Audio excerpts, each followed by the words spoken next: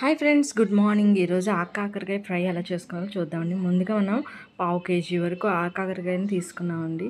దానిలో వేడి నీళ్ళు వేసుకొని కొద్దిగా సాల్ట్ వేసుకొని బాగా కడుక్కోవాలండి. ఎందుకంటే డస్ట్ బాగా పట్టేసి ఉంటుంది.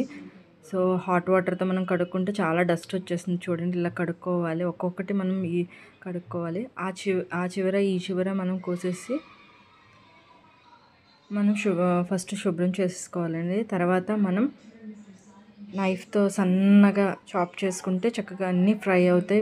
వీటిని సీడ్స్తో సహా తినొచ్చండి, క్రిస్పీగా ఉంటాయి. నెక్స్ట్ అసలు చేదే ఉండవు.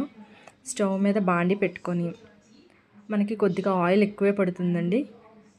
ఆయిల్ కొంచెం ఎక్కువ వేసుకొని కాకరకాయలని కట్ చేసుకున్న కాకరకాయలని మనం దాంట్లో వేసుకొని బాగా వేయించుకోవాలండి.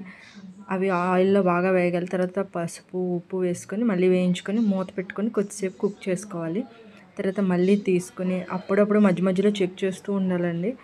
ఎందుకంటే కింద అడుగు అంటుకోకుండా మనం తిప్పుతూ ఉండాలన్నమాట. మళ్ళీ కొంచెంసేపు మగ్గనిచ్చుకోవాలండి. ఉప్పు పసుపు బాగా మగ్గితే మనకి టేస్టీగా ఉంటుంది. కాకరకాయలు అసలు చేదే ఉండవండి, కానీ హెల్త్ చాలా మంచిది. తర్వాత డ్రై కోకోనట్ ఉంటే మీ దగ్గర డ్రై కోకోనట్ పౌడర్ని వేసుకోండి, టేస్ట్ బాగుంటుంది. అది వేసుకొని మళ్ళీ వేగనిచ్చేయాలి. తర్వాత కారం 2 టేబుల్ స్పూన్ల కారం, నెక్స్ట్ కొద్దిగా కారాన్ని వేసుకొని మళ్ళీ ఫ్రై చేసుకోవాలండి. తర్వాత